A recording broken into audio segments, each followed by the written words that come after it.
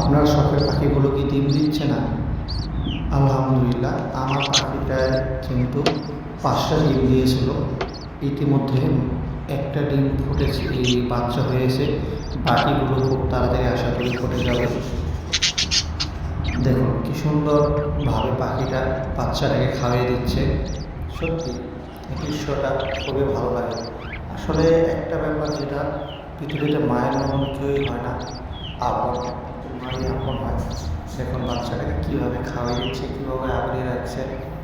আর আপনাদের যারা বাচ্চাদের পাখি পালন করেন, এখনও ডিম বাচ্চা পান না বা ডিম পাচ্ছে না, সেই ক্ষেত্রে কিন্তু অনেকগুলো সমস্যা থাকতে পারে।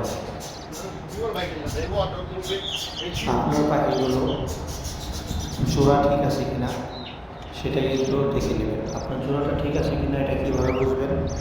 দেখবেন একটা পাখি একটা পাখিকে মাঝে মাঝে খাবার খাইয়ে দিবে, মাঝে মাঝে একটু চুলকাইয়ে দিবে, পাশাপাশি বসে থাকবে।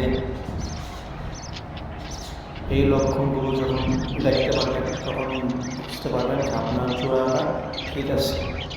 আর একটা গুরুত্বপূর্ণ বিষয় হলো, আপনার জোড়া যে দুটা পাখি, সেটা মেল এবং ফিমেল ঠিক আছে কিনা সেটা কিন্তু অবশ্যই জানতে হবে। যদি জোড়াটাই মিল থাকে তাহলে কিন্তু আপনি সারা জীবন পাললেও আপনার পাখিটা কখনো ডিম দিবে না।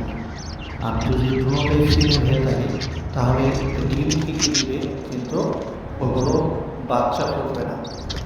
তাই এই বিষয়টা আপনাদের খেয়াল রাখতে হবে, কোনটা মেল কোনটা ফিমেল, এটা চিনে আপনার পাখিটাকে জোড়া দিতে হবে। আর পাখিটাকে ঠিকঠাক মতন খাবার এবং পরিষ্কার যত্ন করতে হবে, তাহলে আপনি কিন্তু ডিম পাবেন ইনশাআল্লাহ।